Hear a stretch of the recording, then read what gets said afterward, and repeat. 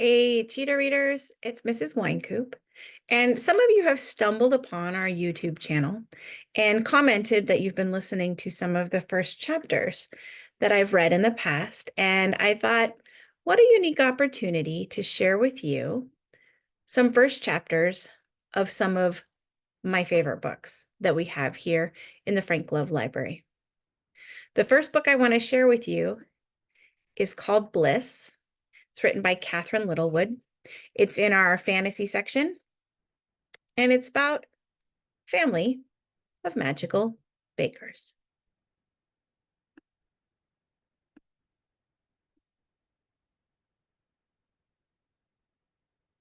Prologue, A Pinch of Magic. It was the summer Rosemary Bliss turned 10 that she saw her mother fold a lightning bolt into a bowl of batter and learned beyond the shadow of a doubt that her parents made magic in the Bliss bakery. It was the month the youngest Calhoun child, 6-year-old Kenny, had wandered into an open relay room at the train station, touched the wrong knob, and nearly been electrocuted. The charge hadn't killed him outright. It was just powerful enough to make his hair stand on end and to land him in the hospital. When Rose's mother, Purdy, heard about Kenny's coma, she closed the bakery, saying, "This is no time for cookies." And then she set to work in the kitchen. She couldn't be drawn away for food or sleep. Nights passed, and still she worked. Rose's father, Albert, watched Rose's siblings, while Rose begged her mother to help in the kitchen. But Rose was sent to do errands instead, to town for extra flour or dark chocolate or Tahitian vanilla. Finally, late Sunday evening, as the fiercest storm they had all summer lashed Calamity Falls with thunder, lightning, and heavy rain that pounded the roof like handfuls of flung gravel, Purdy made an announcement. "It's time."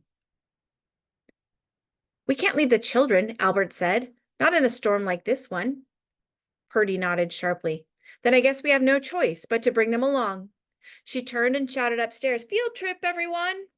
Rose hiccuped with excitement as her father packed her and her brothers and baby sister into the family's minivan, along with a large mason jar made out of worn blue glass.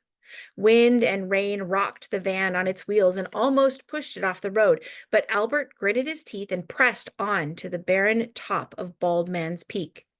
He parked. "Are you sure you should be doing this?" he asked his wife. She loosened the lid on the mason jar. "Kenny is too young. I have to at least try." And then she kicked open the door and rushed out into the rain. Rose watched her mother stagger forward into the teeth of the storm, right into the center of the clearing. She pulled the lid off and raised the jar high over her head. That was when the lightning came. With a blood-stopping crack, the first bolt tore the sky in two and came down right into the jar. The entire plateau lit up, and Rose's mother was suddenly burning bright, as though she were made of light. "Mama!" Rose cried and surged towards the door, but Albert held her back. "It's not ready yet," he said. There was another crack of lightning and another.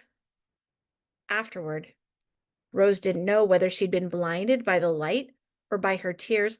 "Mama," she whimpered. And the van door was opening again, and her mother slid back into the car. She was soaking wet, and she smelled like a burning toaster. But other than that, she looked unharmed. Rose stared into the jar and saw hundreds of crackling veins of blue light flickering about. "Get us home pronto," Purdy said. "This is the final ingredient." Back at home, the kids were sent to bed, but Rose stayed awake in secret and watched her mother work. Purdy stood over a metal mixing bowl filled with a smooth white batter. She carefully positioned the jar over the bowl and opened the lid. Little flickers of blue light poured out of the jar and zigzagged into the batter like snakes, turning the whole thing into a glowing greenish color. Purdy turned the batter with a spoon and whispered, "Electro correcto." Then she poured it into a loaf pan and put it in the oven. She closed the door, and without glancing over her shoulder, she said, "You should be in bed, Rosemary Bliss." Rose didn't sleep very well that night. Her dreams were filled with lightning and her mother glowing in electric orange and wagging her a finger at her to go to bed. In the morning, Purdy put the loaf on a plate, added a drizzle of white frosting from a pastry bag, and called to Albert, "Let's go." She crooked a finger at Rose. "You too." Then Rose, Purdy, and Albert went to the hospital room where Kenny lay.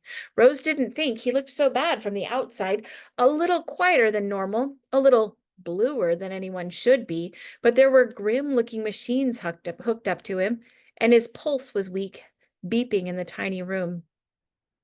Kenny's mother looked up, saw Mrs. Bliss, and burst into tears.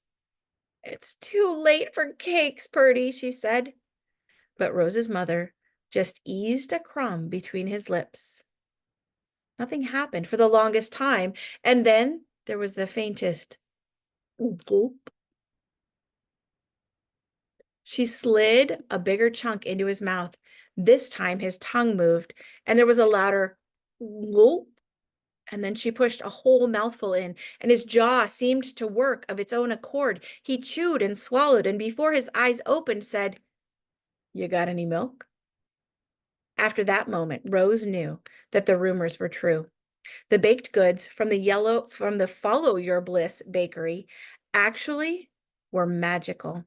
And her mother and father, despite living in a small town, owning a minivan, and sometimes wearing fanny packs, were kitchen magicians. And Rose couldn't help but ponder, am I going to be a kitchen magician too?